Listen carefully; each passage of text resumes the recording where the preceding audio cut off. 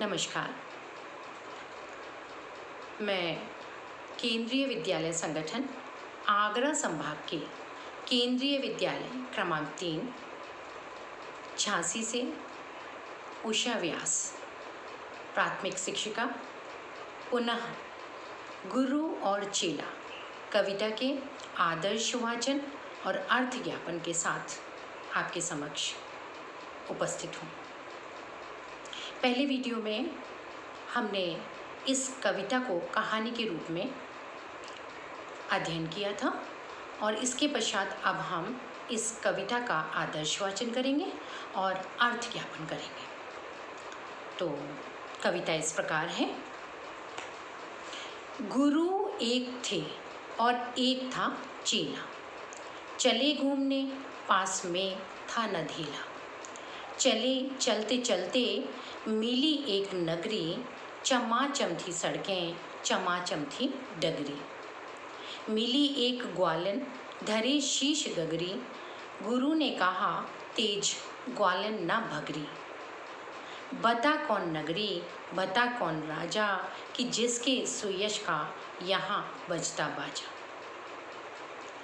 ये पंक्तियाँ हैं, इनमें कुछ शब्द हैं जो कठिन हैं, जो हमारे बच्चों को समझ में नहीं आ रहे होंगे। उनका अर्थ ज्ञापन हम इस प्रकार करते हैं।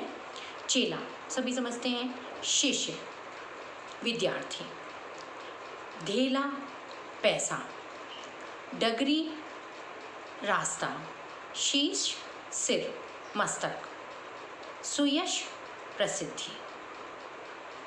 तो जब हम इन पंक्तियों का अर्थ बताते हैं तो उसमें प्रसंग से भी छात्रों को अवगत कराते हैं और प्रसंग में सिर्फ 2 पंक्तियां हमें याद करनी पड़ती हैं, स्मृत करनी पड़ती हैं कि प्रस्तुत पंक्तियां या उपर्युक्त पंक्तियां, जो ये पंक्तियां हैं, ये हमारी पाठ्य पुस्तक रिमझिम के पाठ गुरु और चेला कविता से अवतरित हैं, जिसके कवि हैं सुहानलाल द्विवेदी जी। बस ये इन पंक्तियों का प्रसंग होगा। तो अब हम अर्थ पर आते हैं और अर्थ इस प्रकार है कि गुरु एक थे और एक था चेला। गुरु जी थे एक और एक थे उनके चेले जी शिष्य। तो दोनों घूमते घामते चले जा रहे थे। उनके पास धेला भी नहीं था, माने एक पैसा भी नहीं था। चलते चलते मिली एक नगरी, चमाचम थी सड़कें, चमाचम थी डगरी। उनको एक नगरी मिली जो बहुत साफ़ सुथरी थी, चमाचम थी और जिसका रास्ता भी बहुत अच्छा था। वहाँ पर उन्हें मिली एक ग्वालन, धरी शीश गगरी। तो एक ग्वालन मिलती है जिसने अपने सिर पर एक गगरी, घड़ा, मटका या मटकी रखी हुई थी। गुरु ने कहा तेज ग्वालन न भगरी।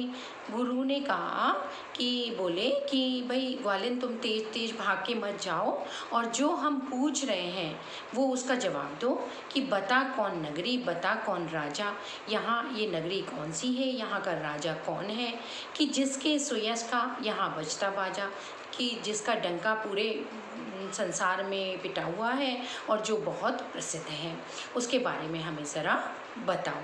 किससे बोले? गुरुजी बोले ग्वालन से। और अब है अगला। कहा बढ़ के ग्वालन ने महाराज पंडित, पधारे भले हो यहाँ आज पंडित। यह अंधेर नगरी है अनबूझ राजा, टके सेर भाजी टके सेर खाजा। गुरु ने कहा जान देना नहीं है, मुसीबत मुझे मोल लेना नहीं है। न जाने कि अंधेर हो कौन क्षण में, यहाँ ठीक रहना समझता न मन में। अब गुरुजी कहते हैं, कुछ शब्द हैं जैसे पधारे, आए, अनबूझ मूर्ख, भाजी सब्जी, मुसीबत समस्या।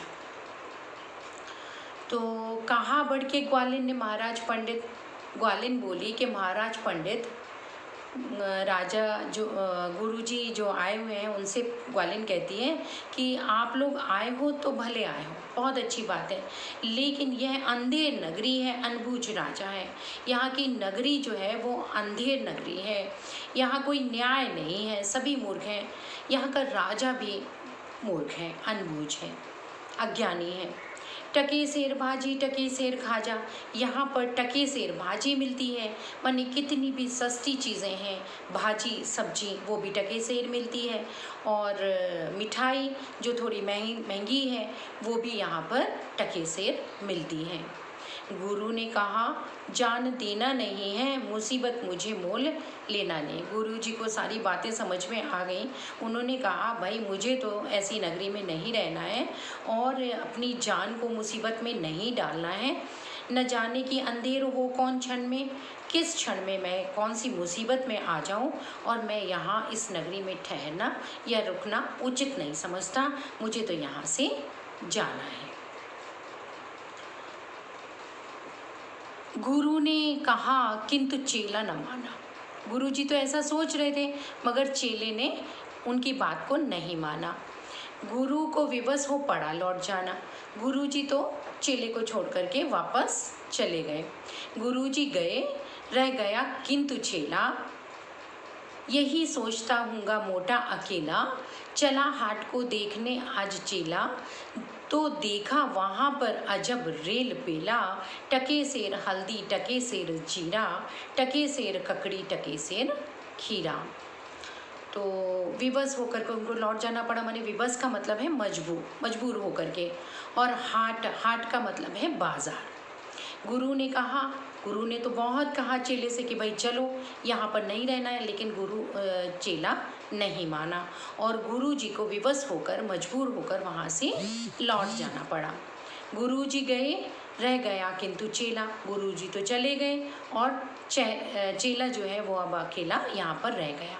यही सोचता रहा कि मैं तो बहुत आनंद लूँगा और यहाँ पर अच्छी अच्छी चीज़ें खाऊँगा और मोटा हो जाऊँगा। एक दिन वो हाट में गया, बाज़ार में गया देखने सारी चीज़ें वहाँ पर। तो देखा वहाँ पर अजब रेल पेला, बहुत भीड़ भाड़ थी बाज़ार में।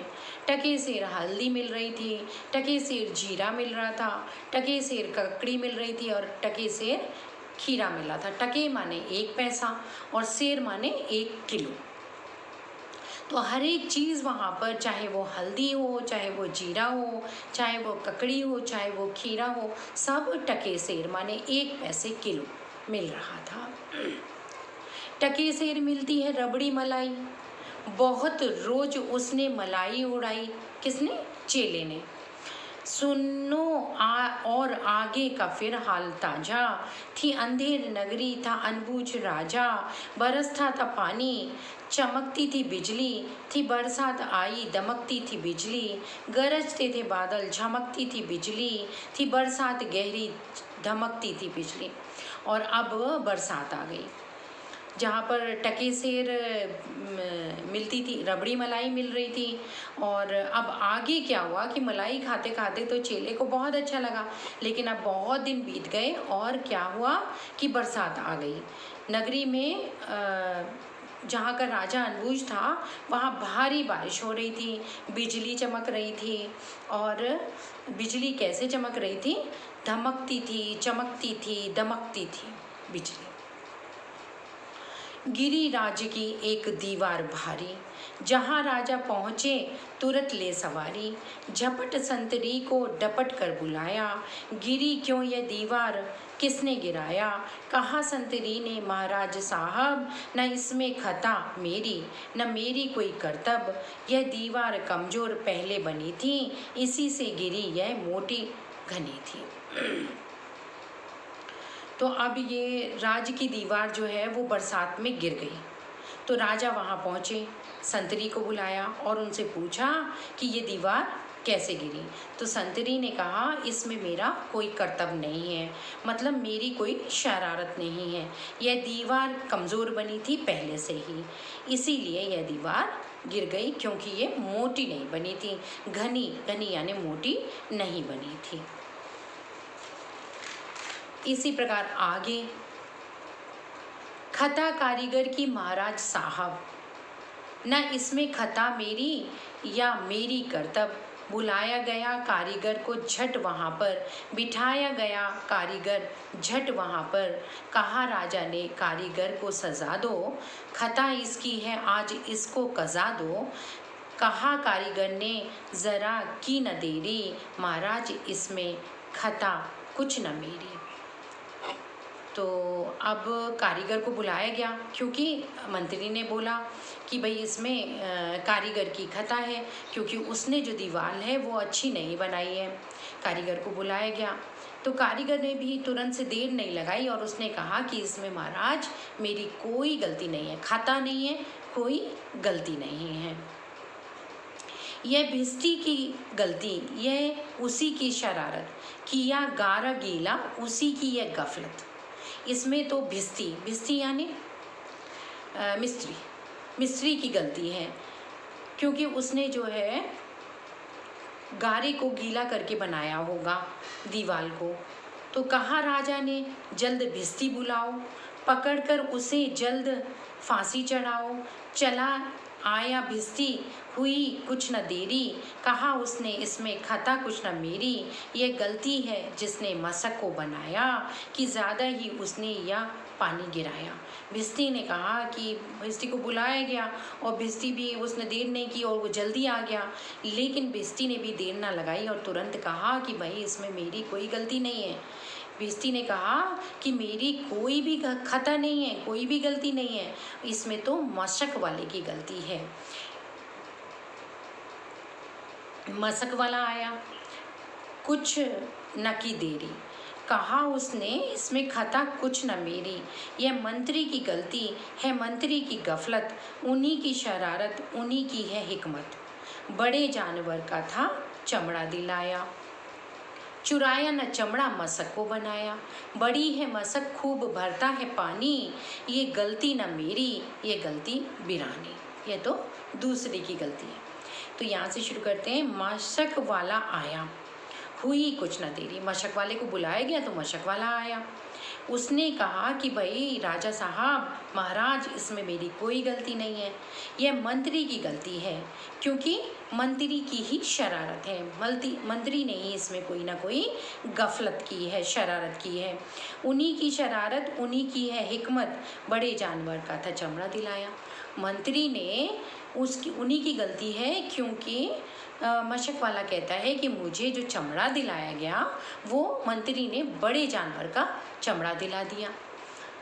बड़ी है मशक खूब भरता है पानी, और मैंने जो चमड़ा उसमें जो उपयोग किया मशक बनाने में, उसमें से मैंने बड़े जानवर के चमड़े में से बिल्कुल भी चमड़ा मैंने चुराया नहीं है, और मैंने बड़े जानवर की मशक बना दी जिसमें खूब पानी भरता है। तो इसलिए इसमें मेरी कोई गलती नहीं है। गलती किसकी बताई मशक वाले ने?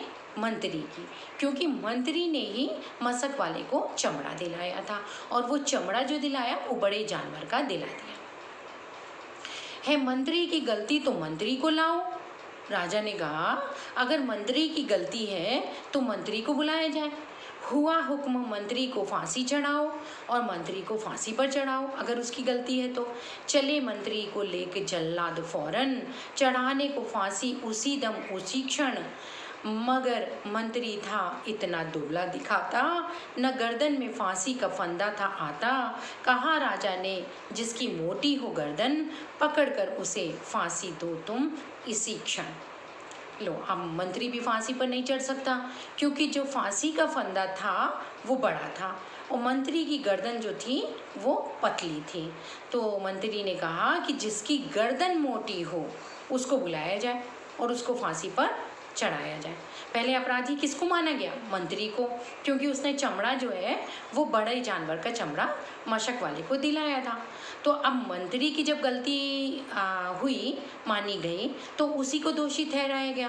राजा ने कहा इसको फांसी पर चढ़ा दो, मगर मंत्री को भी फांसी पर नहीं चढ़ाया जा सका, क्योंकि जो फंदा था वो मोटा था और मंत्री की जो गर्दन थी वो पतली थी। इसमें हुक्म का मतलब है आदेश, और जल्लाद किसको कहते हैं? फांसी पर चढ़ाने वाला आदमी। जो फांसी पर चढ़ाता है तो उसको हम जल्लाद कहते हैं। चले संतरी ढूंढने मोटी गर्दन, मिला चेला खाता था हलवा दनादन।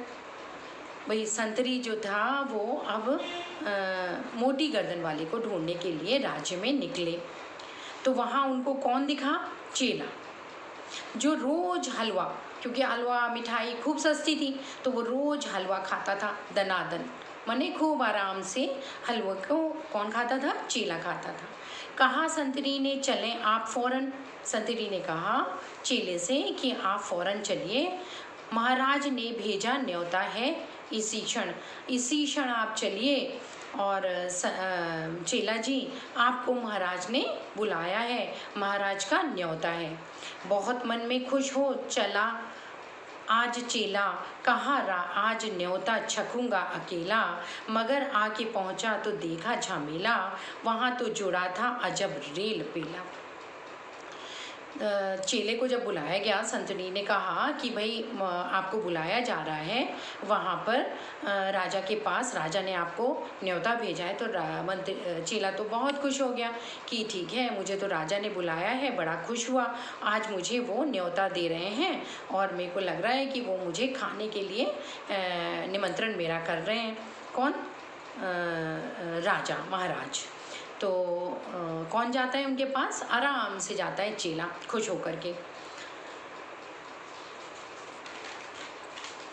जब वहाँ पहुँच जाता है तो यह मोटी है गर्दन, इसे तुम बढ़ाओ, कहा राजा ने इसको फांसी चढ़ाओ, कहा चेले ने कुछ खता तो बताओ, कहा राजा ने चुप न बक बक मचाओ, मगर था न बुद्धू था चालाक चेला, मचाया बड़ा ही वहीं पर झमेला, कहा पहले गुरुजी के दर्शन कराओ, मुझे बाद में चाहे फांसी चढ़ाओ।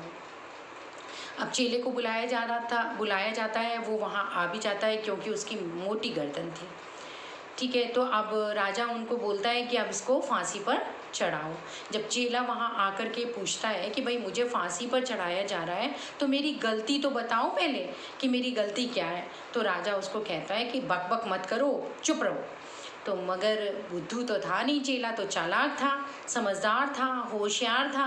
तो उसने जैसे ही सारी बातें सुनी, ये झमेला देखा, तो उसने कहा कि भाई मुझे फांसी पर चढ़ाना चाहते हो तो चढ़ा दो, कोई बात नहीं, कोई बात भी नहीं बता रहे हो, खता भी नहीं बता रहे हो, कोई बात नहीं, मुझे फांसी पर चढ़ा रहे हो, लेकिन मेरी अंतिम इच्छा के रूप में मुझे मेरे गुरुजी के पहले दर्शन कराओ, तभी मैं फांसी पर चढ़ूँगा। गुरुजी बुलाए गए झट वहाँ पर कि रोता था चेला खड़ा था जहाँ पर। गुरुजी ने चेले को आकर बुलाया, तुरंत कान में मंत्र कुछ गुनगुनाया, झगड़ने लगे फिर गुरु और चेला, मचा उनमें धक्का बड़ा रेल पेला। गुरु ने कहा फांसी पर मैं चढ़ूँगा, कहा चेले ने फांसी पर मैं मरूँगा। गुरुजी को वहाँ बुलाया जाता है और जैसे ही गुरुजी वहाँ आते हैं तो सारी चीज़ें समझ जाते हैं, उनको पूरा किस्सा बताया जाता है। तो गुरुजी क्या करते हैं कि चेले के कान में कुछ गुनगुनाते हैं, कुछ बोलते हैं, और जैसे ही वो उनके कान में, चेले के कान में कुछ बोलते हैं, और दोनों गुरुजी और चेला आपस में बहुत तेज़ धक्का मुक्की करने लगते हैं, झगड़ने लगते हैं, शोर मचाने लगते हैं।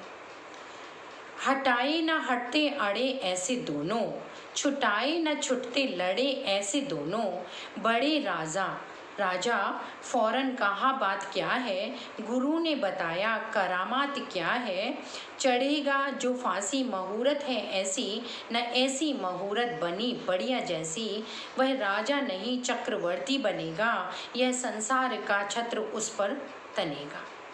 अब दोनों गुरुजी और चेला आपस में बहुत ज़्यादा झगड़ने लगते हैं, हटाए ना हटते, मतलब वहाँ पर जो लोग जुड़े हुए थे वो उनको हटाने की कोशिश करते हैं, छुटाने की कोशिश करते हैं, लेकिन वो दोनों आपस में इतना झगड़ते हैं कि दोनों को हटाया नहीं जा सकता।